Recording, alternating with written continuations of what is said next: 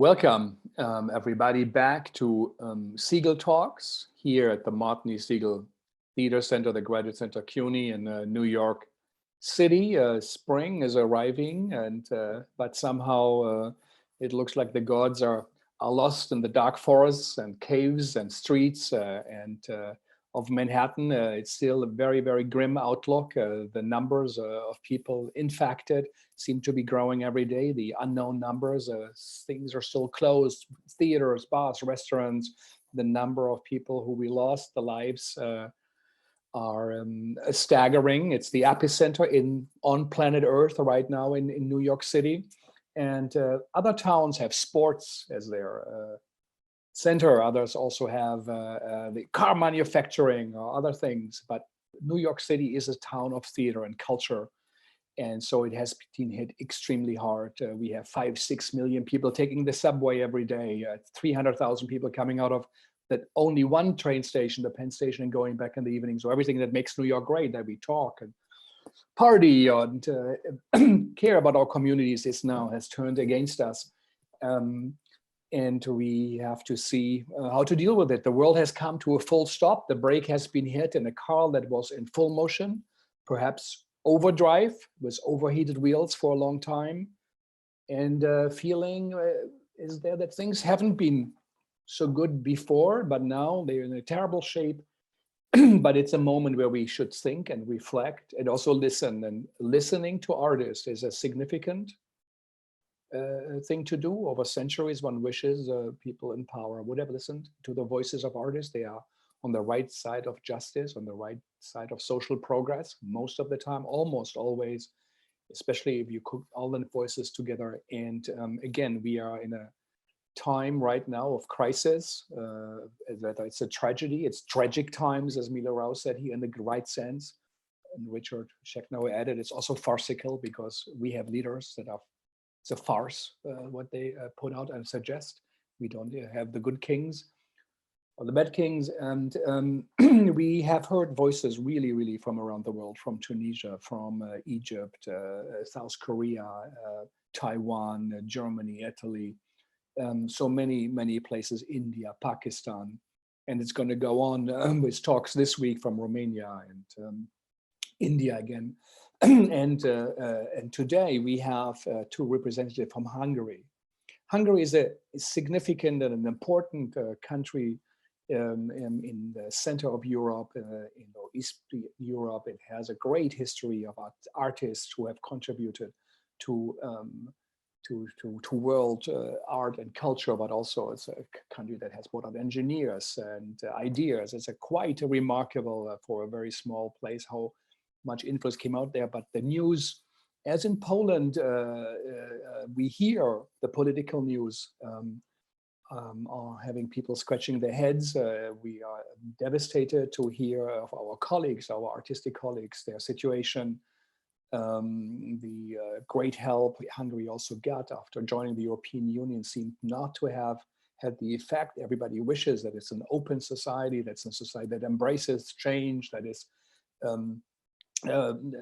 valuing free speech, independent justices, and a system that makes an open society great, which is called democracy, where everybody participates. And so we have now two workers of the Hungarian theater here with us, Anna Lengyel and Andrea Tompa, two people who really have deep roots in Hungarian theater, who have worked with the most significant artists, and they themselves are significant artists, dramaturgs, and part of the intelligentsia of the people who have made Hungarian theater, you know, caricature theater, and so many others who we know and have made a great contribution. So now they are in their homes, and maybe we start with Anna. Anna, how are you? Where are you? And what time is it? In Budapest or Pest or Buda? Hi there. So I'm fine. I'm doing really well. I'm sitting in my home in my study, and it's 6 p.m. here. 6 past. Oh, okay. 5 past 6 p.m. Yeah, that's correct. Sorry. Yeah. Anyway, and so Yeah. So I live close to an island, actually, Margaret Island on the Danube, which makes it possible for me to walk around the island every day. So and the weather is just gorgeous. So that's one of the best things about all this. So you're not in Budapest, the town? I am in Budapest. I am on the Pest side. Danube? Yeah, the Margaret Island side. is the biggest island in Budapest. It's in the Danube between Buda and Pest, and I'm on the Pest side. So so it's one of the most popular green spots anyway of the few in this metropolis. And now they are closing it down on weekends to avoid huge crowds, like on the West Village Pier yesterday, which was really scary. All these photos with people, packed with people. Anyway, but you can still, but not until 9 a.m. So you can still, walk around or jog around. Yeah, it's such a beautiful town. I've been there many times. Such a significant history also of theater, not only starting from Ferenc Molnár and everybody, but so what's going on? How is your personal situation? How are you doing as Anna in this? Well, there are three things maybe that I would like to mention in this conversation today. I'm an independent theater maker, so I lead the only documentary theater in Hungary. I mean, there are several documentary shows, but I believe we're the only ones who devote our whole work to documentary work. We are called PanoDrama. And that's an independent theater, and the independent theater is in a very tight spot to begin with, and now with the coronavirus situation, it's gotten worse. So that's one of the issues I would like to touch upon. Then maybe myself or Andrea will talk about this empowerment law, which whereby the state, or rather the government, is allowed to pass laws without parliament, which is now the case in many countries. What's unique about Hungary is that that there is no time limit set to this. So in every country they said, well, for the next 30 days or 60 or whatever, and here there is no time limit on this whole thing, and they are abusing their power as we all suspected they would. So that's another issue I think we should talk about. And my personal situation is such that I have metastatic cancer. I've had cancer for over 3 years now, and therefore, and I'm now at the moment not getting my chemotherapy. By the way, that's my choice. I could get it if I wanted to, but of course you have to somehow consider what's a bigger threat, going to a hospital every 3 weeks, and in this case actually checking into the hospital for 3 days for a continuous chemo infusion, and exposing yourself to that threat, or maybe saying, okay, let's wait for another 2 or 3 months from the beginning and risk that the cancer is spreading more aggressively. So, there is no good solution in this, but with regards, I'm doing really well subjectively, no pain or nothing like that.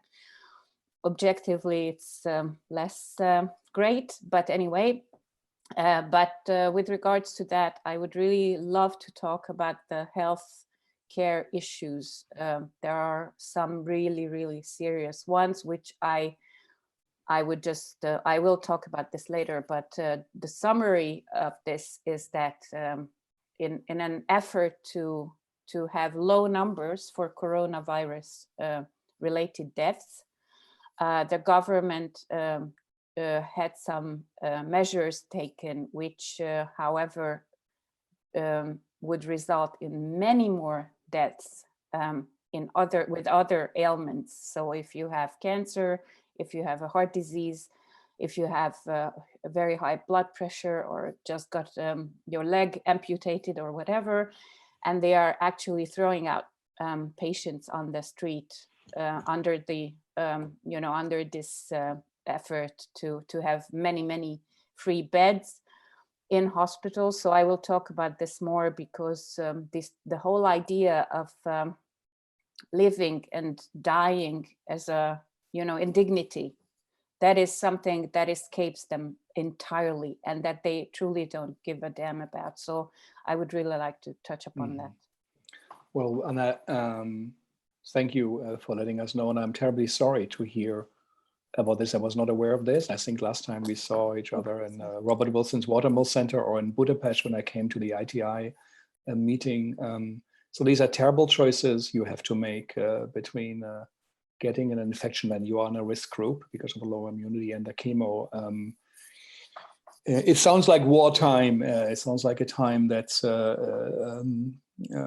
is asking us really to make choices and think deeply about everything: our bodies, our minds, our friends, family, and life and art. Andrea, how is the mood? How is the situation among theater artists in Hungary? I think it's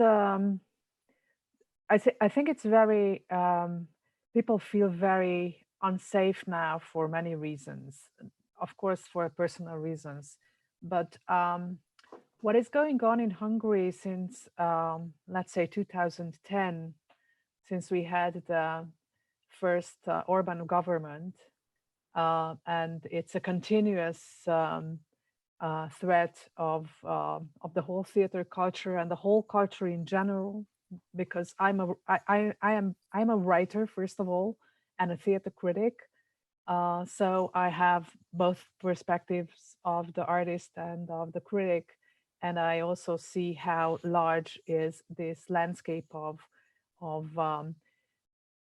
I wouldn't call it censorship, but it's a control over cultural landscape from the side of the government. And I think that the big threat now is that this situation of the coronavirus might be very useful for the government to impose even more control over leaderships, budgets, institutional functioning, and all areas of the culture, and all the fields and institution might be even more politicized in the way that the actual political leadership will want to interfere even more with the cultural sphere. But this interference has been already very, very high and sometimes very radical. And of course, we can talk about what happened in Hungary in the past 10 or even 30 years, but the current situation is, it can be used as a tool for reinforce this kind of political control over everything. So this is one thing, and also always every such a crisis, a critical situation for many artists is in a way, let's say, useful to understand more about the world, more about personal issues, more about what human being is, and to have an even deeper understanding of our current lives. And I think there is not very much innovation in the responses upon coronavirus from the side of the performing arts field, but there is a lot of thinking going on. So we cannot really talk about important results or outputs yet. Of course, we are in the process and we don't know where this process goes. But there is a lot of thinking about what is really theater and how will theater change due to this current very tragic situation, as you mentioned in your introduction. And I really agree with the words of Milo Rau that we really can rediscover tragedy and the tragic right now because we experience it. Mm-hmm. I mean, we often get here in New York news from the great Philippe Arnaud, who did ring alarm bells about the situation of theater artists in Hungary, directors being removed from important theaters, festivals not censored, but just completely the funding taken away. People who are not from the artistic field put in charge of, cultural institutions, but they are members of the party. In Corona times, has there been additional measures being taken that there would have even had a hard time to justify during the normal regime's days, where they already more or less do what they want? They have such a high numbers by voters. But as you say now, with the empowerment law, has there something changed additionally on top of what we know?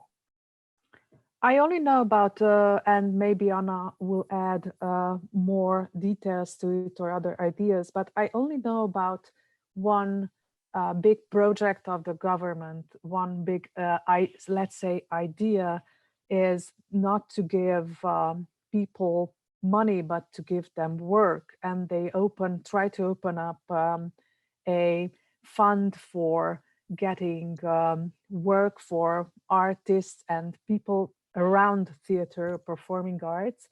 But this is very much in the hand of the government, and will be a kind of a grant or a big project where the government representatives and not independent board members will decide upon who should get what as a support.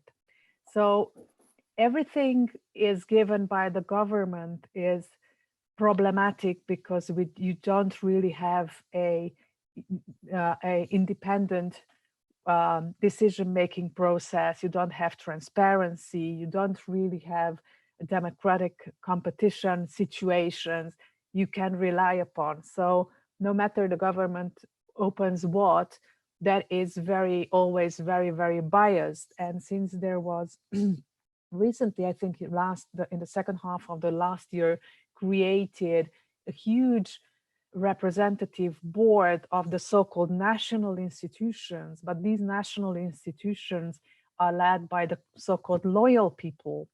And I think here I should mention that what really our government expects people leading institutions and organizations is to be loyal to them, to the government, to the Orban regime. And once you are loyal, you can get support, or you can get the support of the government or of the different funds. So this question of loyalty, I think it's very important on the artistic field. Of course, things became very complicated since last fall. We had local elections in Hungary and in very many cities. Also in Budapest, the opposition won. So there is a new struggle on the whole. It's a new battlefield, basically, between the local governments led by opposition leaders and the Orban regime. And this is very tricky now in the whole Corona situation. Anna. Yeah.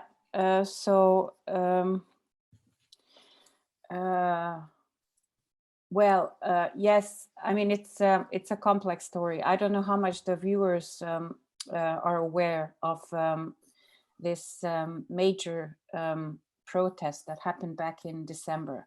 Well, maybe which not. was, We do not know enough. Yeah. Yeah, which was unprecedented, which had been unprecedented for many years now. So, in fact, the government tried to sneak in a law, try to really pass a law. What they usually do is they have a bill, and then they appear with the bill like at 8 p.m.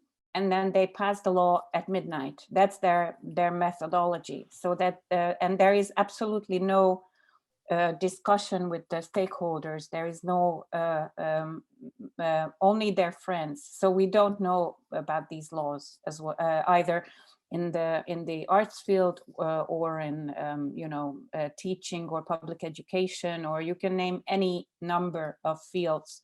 They never discuss it with the stakeholders. But this bill that they were proposing was actually so outrageous that even some of their friends who were aware of it, they leaked it to the press.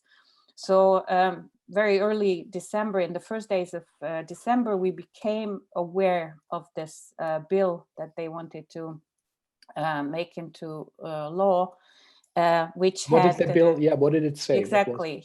Three major points with regards to theaters. First, that the funding, the annual funding of the independent performing arts field would be seized altogether. Now, of course, we must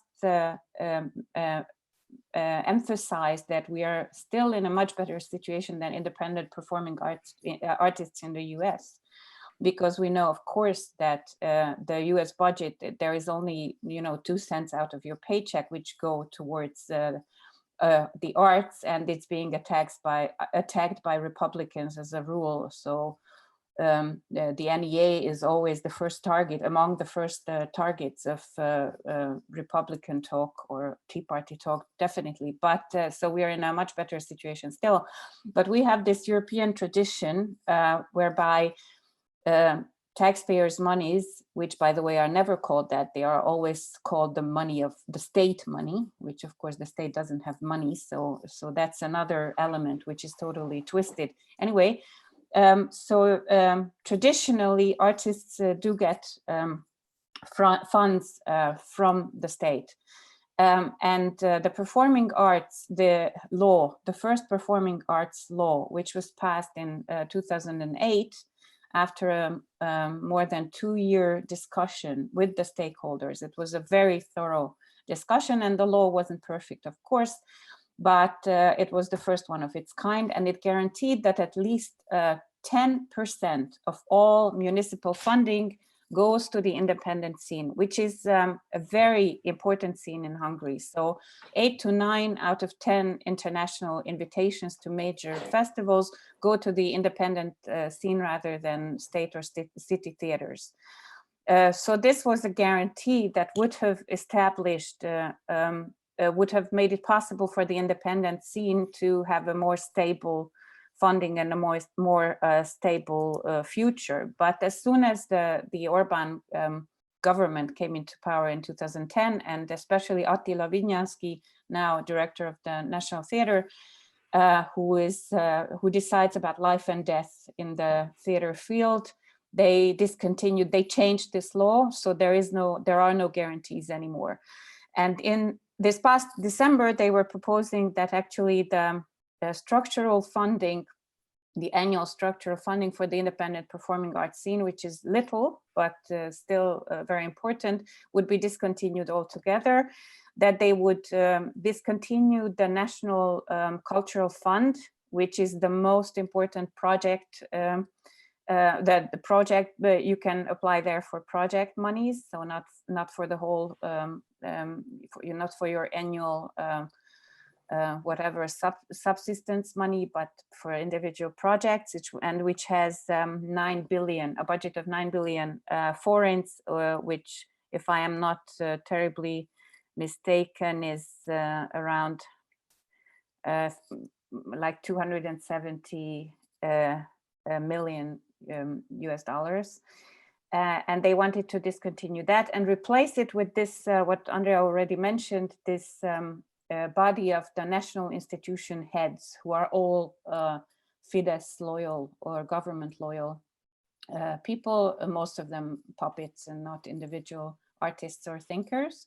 And then the third one was, which you, Frank, mentioned at the beginning, sorry, that they said that any city theater who gets any funding from the state or from the ministry, the minister would have the right of veto, or would have an influence over who becomes the director, the artistic director, or the managing director of that particular theater.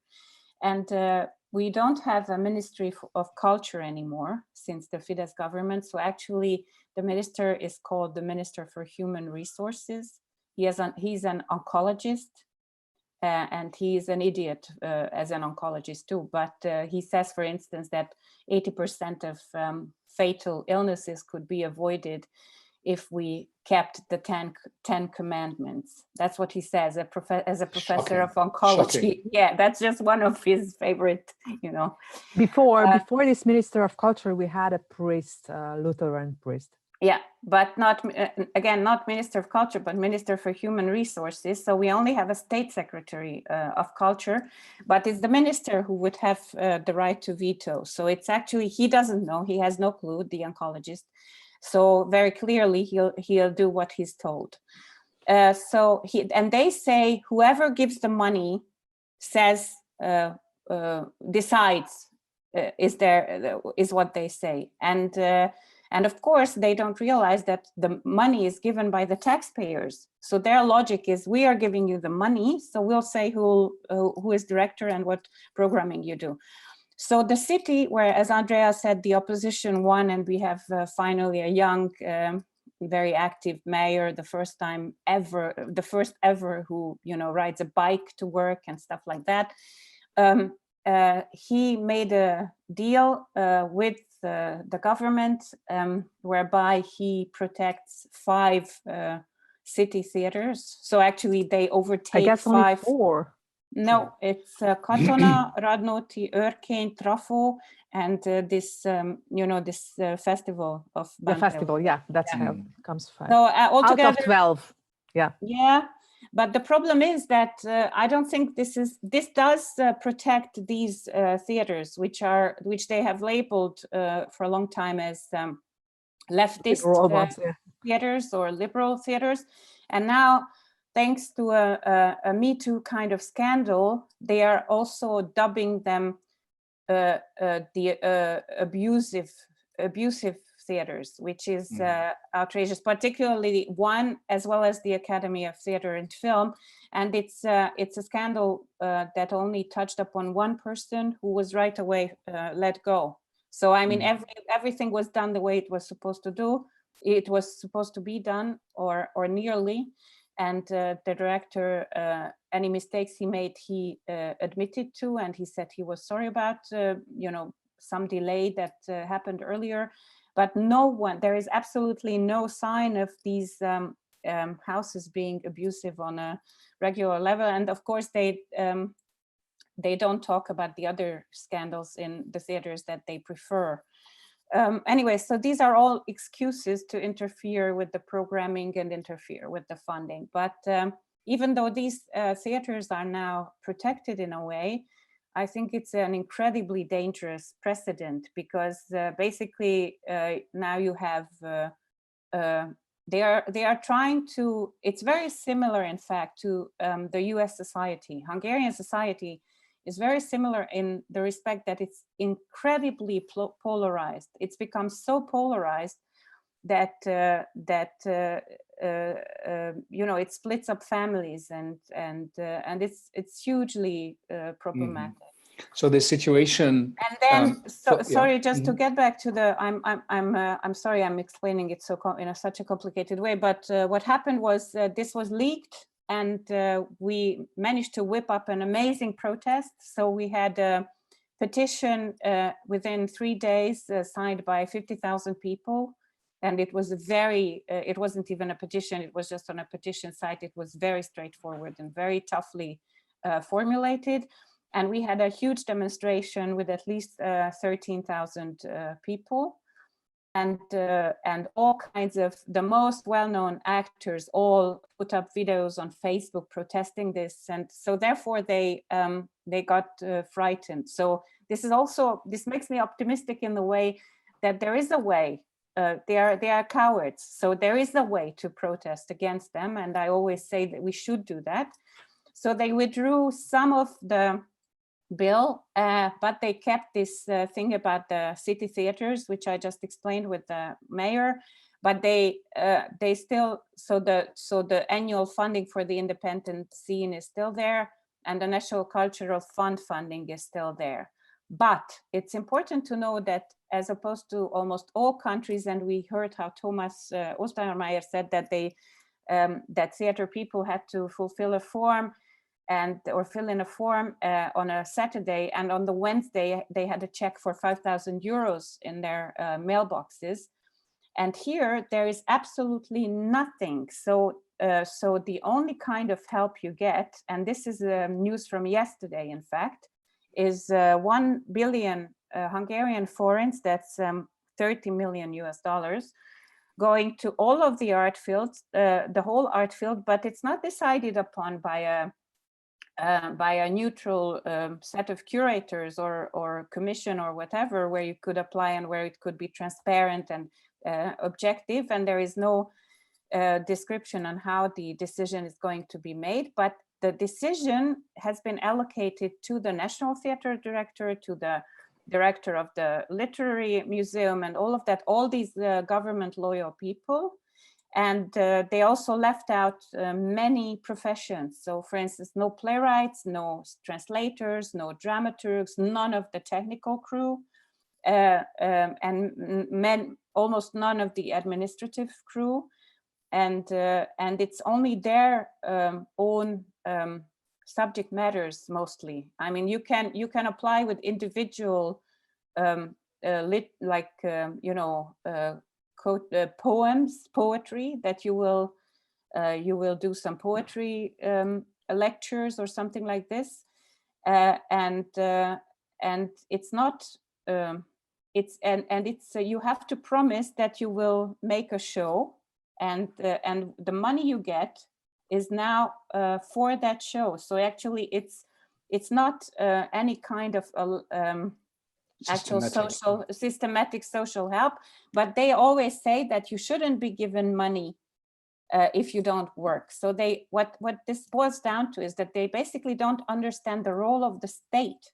They don't understand that the reason we pay taxes is, among other things, that when there is an emergency situation, then those monies, or some of that money, must come back to us, and they must not expect anything in return, because it will help us to survive. And it's a social kind of benefit, and it's not money for work. Yeah. So it's a disastrous situation that already was disastrous. And now along party lines, I think the government is using the situation to starve the theaters, to already close down half of the Hungarian theaters, the Budapest theaters, the city's theaters. I'm glad to hear that the great Joseph Katona is still somehow alive and kicking, but it's a declaration, of war from the government. It is clear. Yeah. Theater artists have always been on the side in a joyful way of participation in the sorrows of life. And it has been the role of theater throughout thousands of years to point out what's wrong, what could be done better. We can work through family problems, or through questions that are about politics and power, and what's justice mean, and what law means, like Antigone, who says, I'm going to bury my brother, even the law is against it.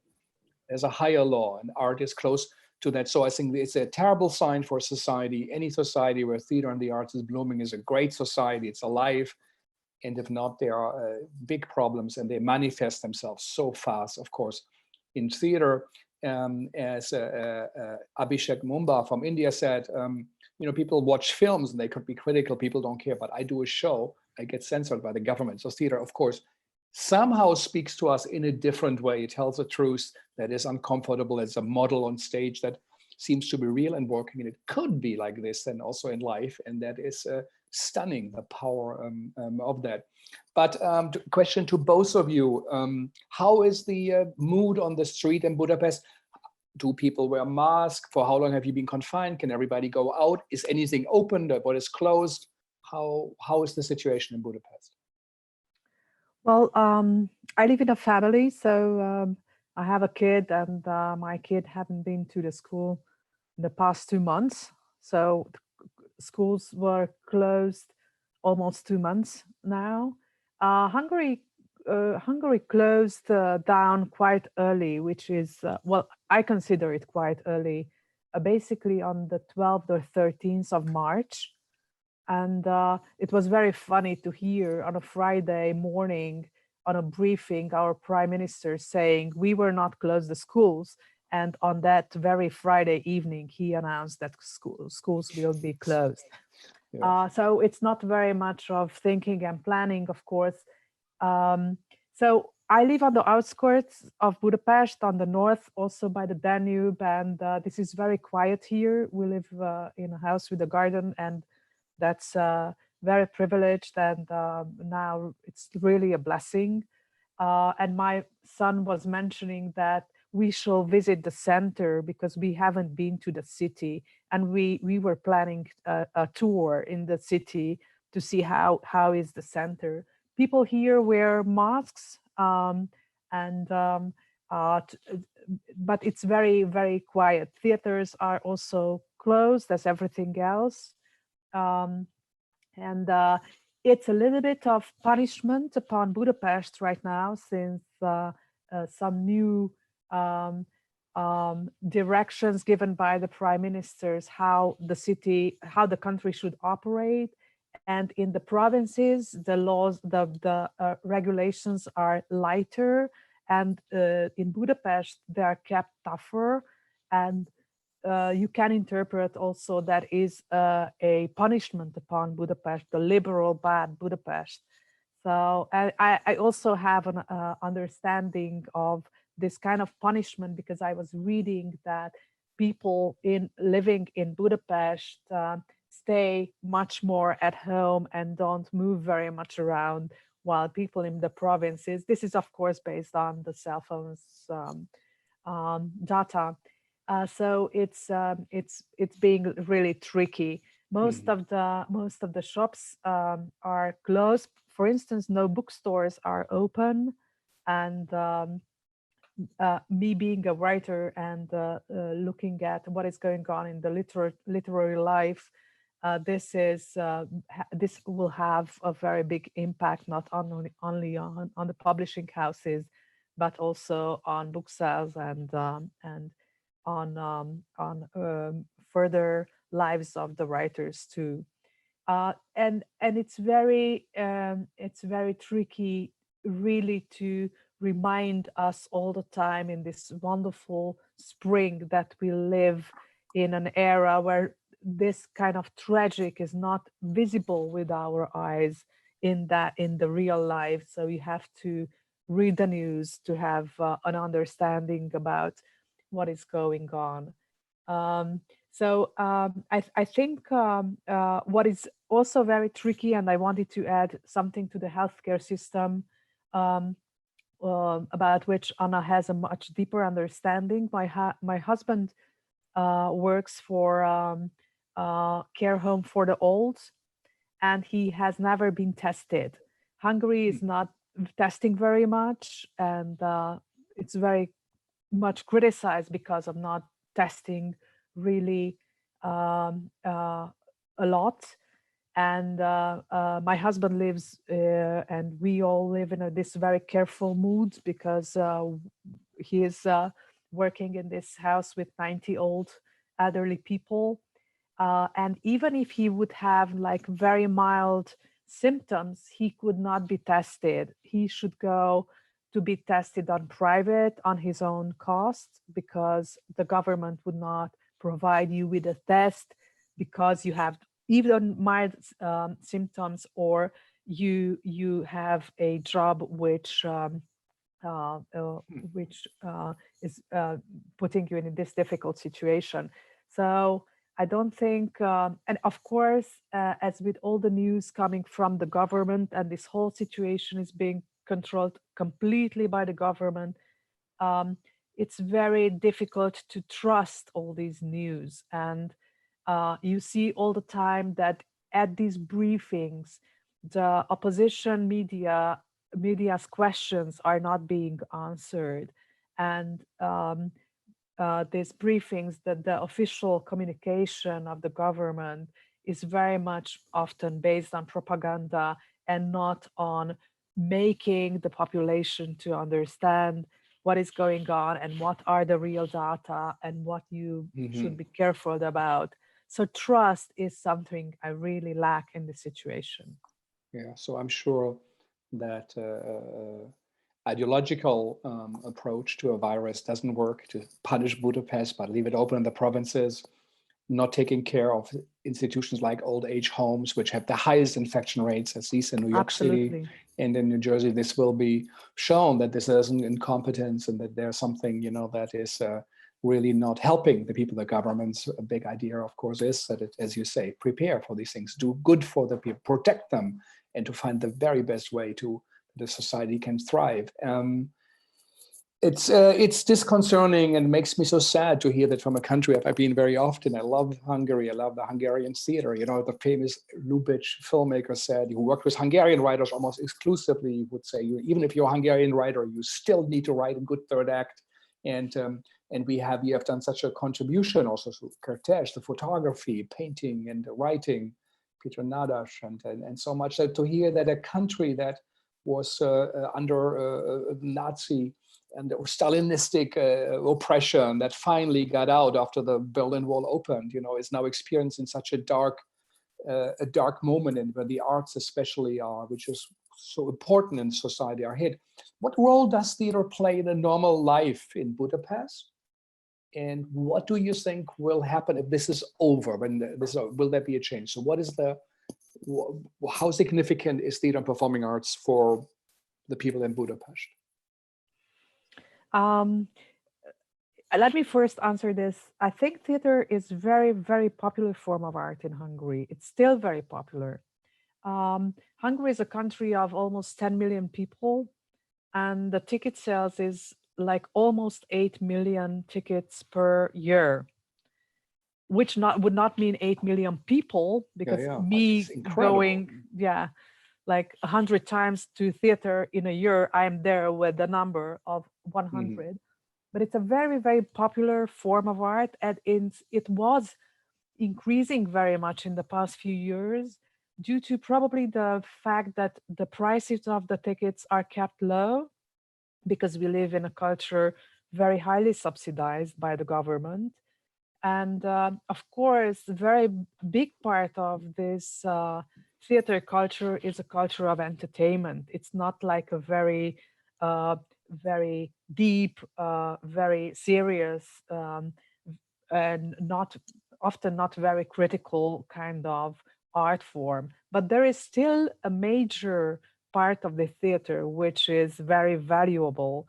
So on one hand, we are talking about a very popular form of art and a very important form of gathering.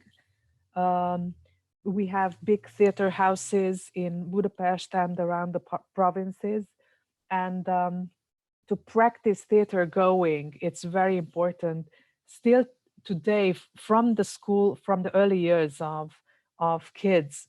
So we have this rich culture on one hand, and on the other hand, this kind of political culture which would want to influence this theater scene politically very much and to put it under control.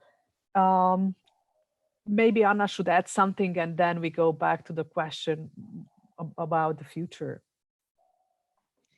Yeah, well, I wanted to maybe add to the previous question about the healthcare system a little bit. It's Orban, the Orban government is very similar to the US administration in as much as it's not experts who announce the findings or the new laws or whatever, whereas Trump does it on his Twitter feed, Orban does it on his personal Facebook page. Well, he won't say we should drink Clorox. I think that's that's even Orban wouldn't say that. Even Orban wouldn't say that. So that's a keeper.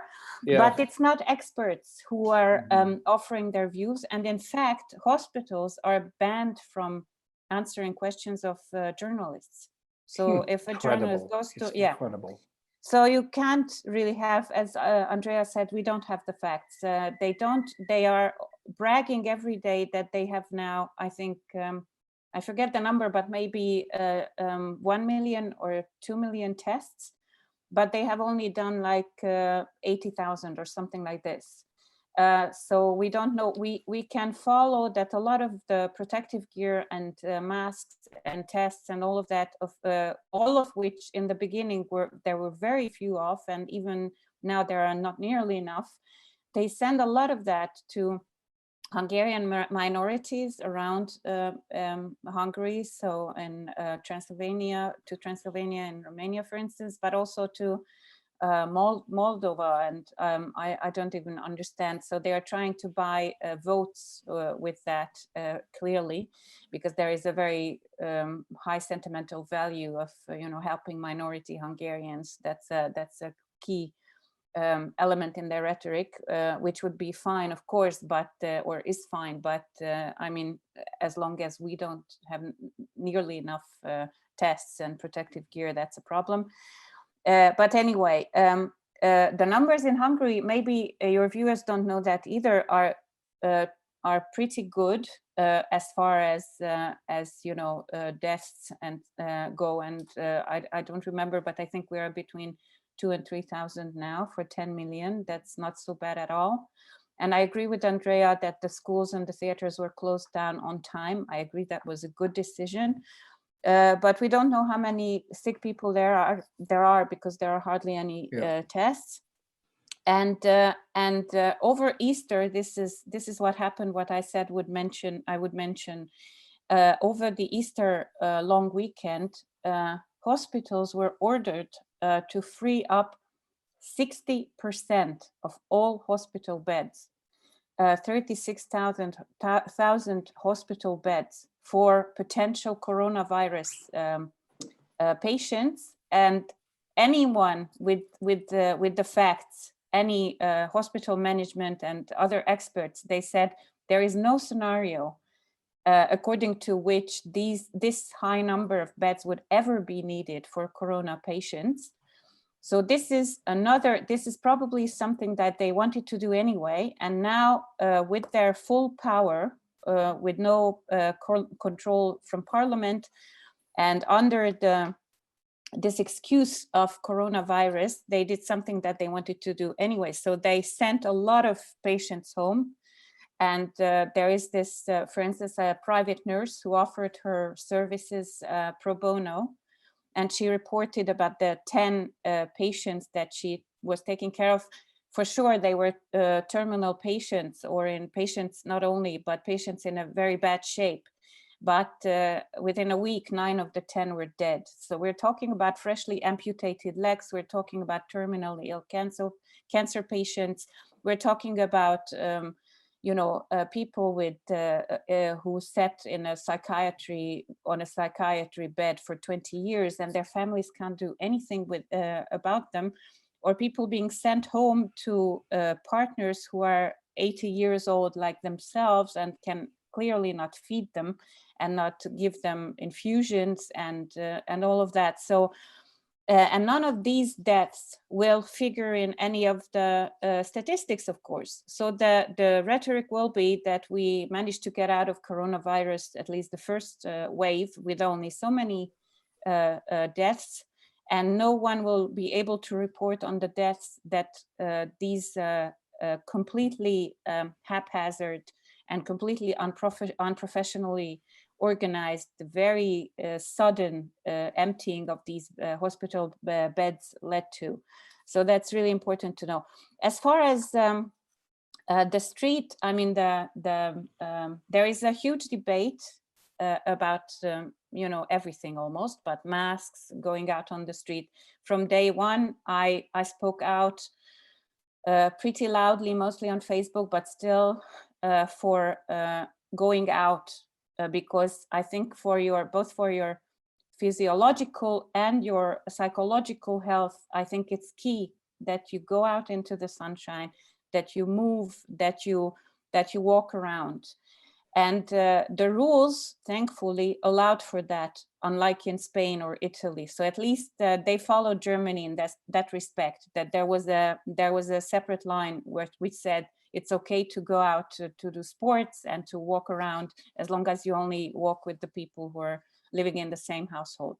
So in that also, even the Hungarian government, I think, was doing well. And so there is a lot of debate, but I think those people who go out and make sure that they move around, no matter what age or what condition they are in, according to their conditions, I think they are in a much better mental place, because I think there is very little talk, at least in Hungary for now, and I haven't read a whole lot, but not nearly enough, about the psychological factors of being locked up for months at a time. So even in Spain, where we know the virus hit hardest in Europe, they, for instance, children were not allowed to step out the door for, I believe, 6 or 7 weeks. I don't think that's right. I think that's very dangerous, small children and, you know, school-age children.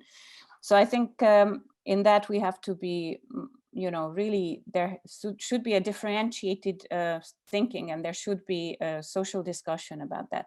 Mm-hmm. As far as the role of theater, just very briefly, all of what Andrea said is, of course, very right. I think that regardless of the government's overreach and all of this, I think Hungarian theater is in a crisis artistically. The independent theater is, and theater as a general as well. We are not, we have lost our compass in a way. There are some outstanding shows and some very exciting projects, but not nearly as many as, say, 20 years ago or 15 years ago. So that's another thing. But I think the most important issue, if I have to pick one issue in Hungary, I think it's education. So if I had a choice to take back one thing from this government, it would be public education, because what they are doing to the future generations, that's the scariest part of all, because now we have but a small portion of university students, much fewer university applications than say 5 years ago. And this is what Orbán wants. He doesn't want smart, educated people around him. He doesn't want informed consent from people. He wants people to be uneducated, uninformed, so that he can tell them and they believe him and no one will contradict him. So I think the biggest danger, and I think theater can play a key part in this, with the theater in education projects and even proper theater shows, I think educating the public in a way that's at the same time not didactic, I think that's one of our most important tasks these days. I mean, these are all shocking statements. You know, they have the disregard for life and the dignity of a human, of an elderly person, that clear out 60% of beds to pretend you have empty beds for something one didn't even know, and supposedly they are very little kids. It doesn't make any sense, and it sounds more closer to North Korea than it sounds to a member of the European Union. It's absolutely shocking, and I really respect both of you for trying to make something work or to find a way as an artist to survive and to make a contribution. Do you think there will be new forms of theater coming out? What are Hungarian artists doing at the moment? Are they at home doing their stuff online? Are they writing plays? Or do you think it's a pause button? We will go back to already the crisis that was in theater? Or do you think this will be definitely a game changer? I don't think it would be really a game changer, because probably the big institutions would only want to continue as it was before, and they want back their public as many people in the room as possible. I think one of the big issues will be that the public, the audience, will not really have the confidence in theater, in going back to the dark room and sitting together like many hundreds of people. And it will take a long time until all this big mass I was talking about earlier will go back. Lots of people, I'm hearing that they are rehearsing on Skype and on online and doing research, and probably for a small amount of independent artists, this period and the experience of this online world and this lockdown and this new tragic experience will open probably a new understanding of what is the role of theater and why making theater, why should one make theater. Probably I don't think it will have in a short term such an impact on literature, because literature is very different. It reacts more later, and it's on a long run probably. But theater can react more quickly. I think now the question is of the fall, how the fall will reopen, and if the laws will allow theaters to open, and in what way. I mean, maybe there is I just called one of the theaters to have like a kind of concrete understanding of their thoughts. I called the artistic director of Trafo, Bea Barda, and she said that they're talking about putting like 50 or 100 people into the big hall, and I don't know, every third seat to be taken, people wearing masks. And can you really manage that, or how can you function under such conditions? Or one of the big questions will be after this long lockdown, that all artists are very willing immediately to work because they are very keen on working. And how can you really organize a new life of artists working together and creating shows? They were postponed. I mean, for an artist, many shows were postponed. So I don't think we don't live. I agree with Anna that we live in a period of crisis. Hungarian theater is clearly in crisis everywhere on all levels. So in this situation will not be a really changer of the understanding of the role of theater. So as she said, we lost the compass. The role of the theater is not very clear, except for the role of entertaining, and that's not what we or me would like to see. Yeah, this is stunning. You know, you barely can even talk about the overwhelming problems you are having here, and you communicated to us in that short time already took over. So how does one even think about making art? I guess also for you guys, it's a time of rethinking, of kind of an inner immigration and a protest. Are your European theater colleagues, are they helping you? Are they supporting Hungarian theater? Are they writing letters? Are they writing? How is the situation?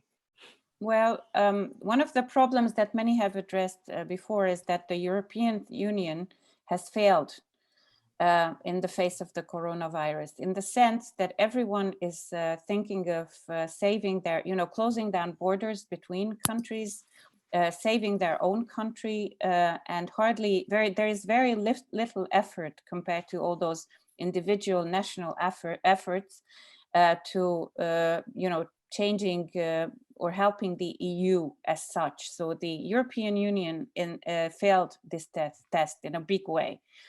At the same time, there will be a charity event in a few days, maybe on the 7th, I'm not entirely sure. And they are trying to raise 7 billion euros. It will be an online auction event, or not auction, but charity kind of event. Your viewers must understand that individual charity and all kinds of that kind of, the thought of if I'm doing well, if I'm making a lot of money, if I'm lucky and I'm making a lot of money also because I'm good, then I need to give back. This thought is not nearly as rooted in Europe as in the US. So philanthropy in the size of George Soros and of course many others, is not as well known in Europe, as not nearly as well known. Yeah. So I think we need to, I'm afraid Andrea might be right, but I really applaud anyone, for instance, the director of Örkény Theatre, Pál, who gave an interview and he said he must rethink the whole coming season, the whole programming, because what he was programming before isn't valid anymore, because now he needs to have shows, each and every show, with as many of the actors from the permanent company. We have a repertory system with permanent companies, obviously, and not an ensuite system like the US or most English-speaking countries. So that it's key that he gives all of them work in almost all of the productions. And this is not only so that they can make money, but also so that they can that feel valuable again, so that they can have the feeling that they are doing their job, and what's in most cases more than a job, a true calling of sorts.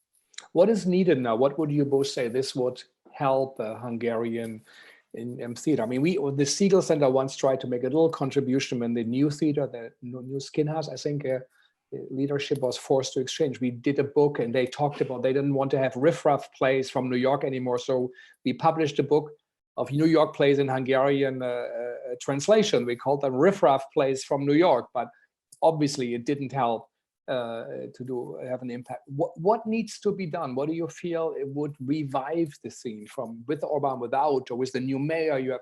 What would be needed to think this would be a new start? This could be something.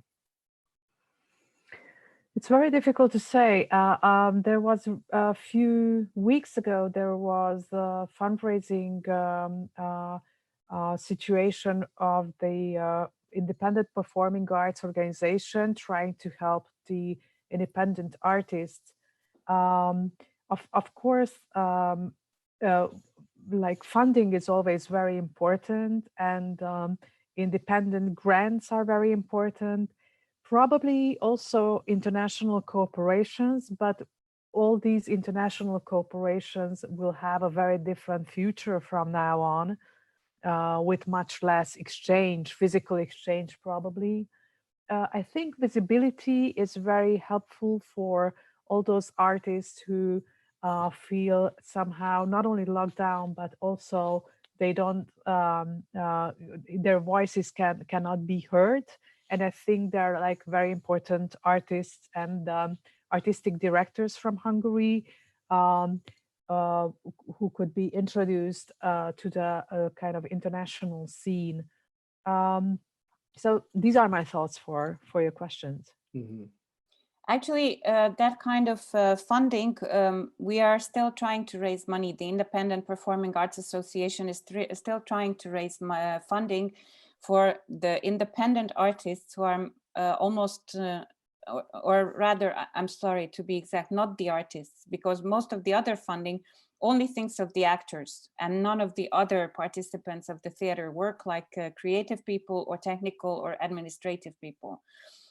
So I can send you the link where we're trying to raise more money, and if you can put it on your website, that'd be great, obviously. Sure. Other than that,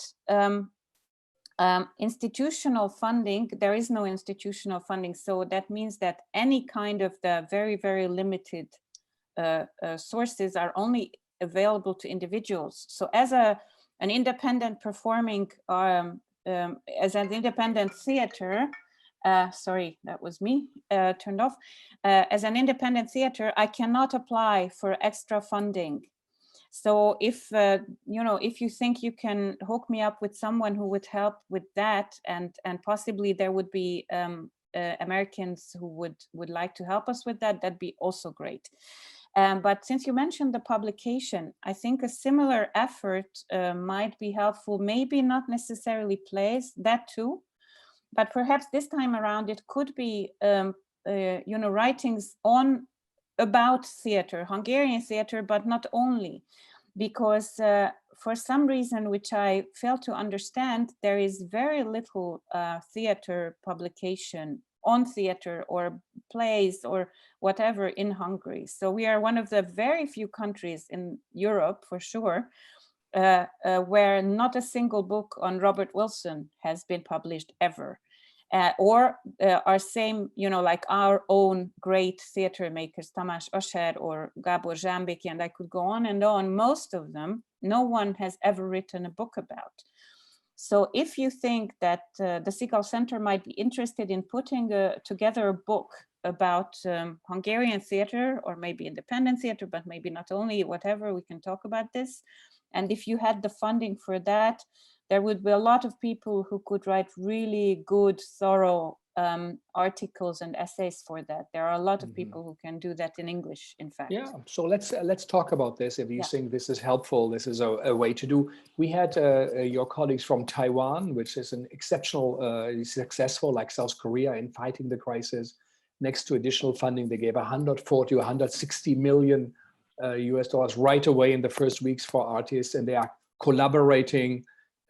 Is perhaps also looking for more models of collaboration, and their mission also is to find new ways of theater.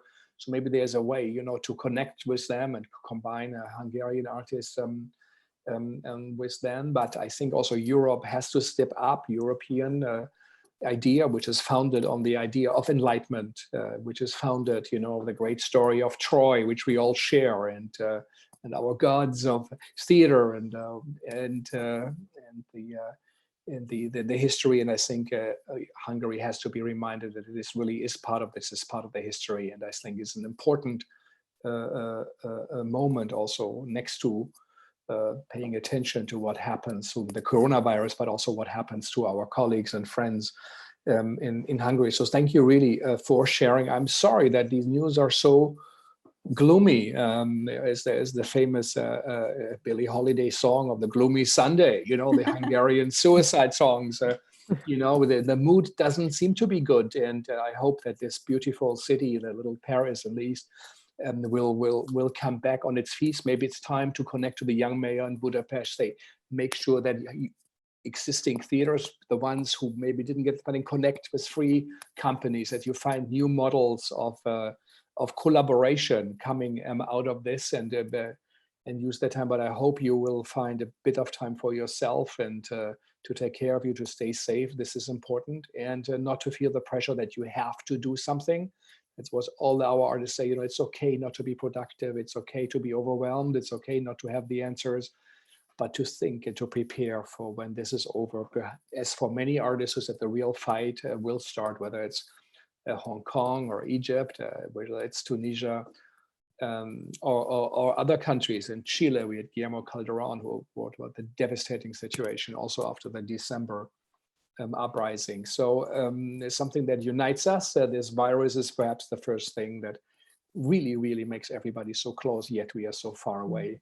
And our world has become so small, our apartments, but the global world also is so close to us now. And we keep on doing our talks here, and Lula Arias will be with us from Argentina. We will have theater makers from India. We will have Stacy Klein from the Double-Edged Theater. We will have reports, from a circus theater in New York City, and family circus. So how is that working out for them? We're going to have Michaela Tragan and her friend, she's a Roma actress in Romania.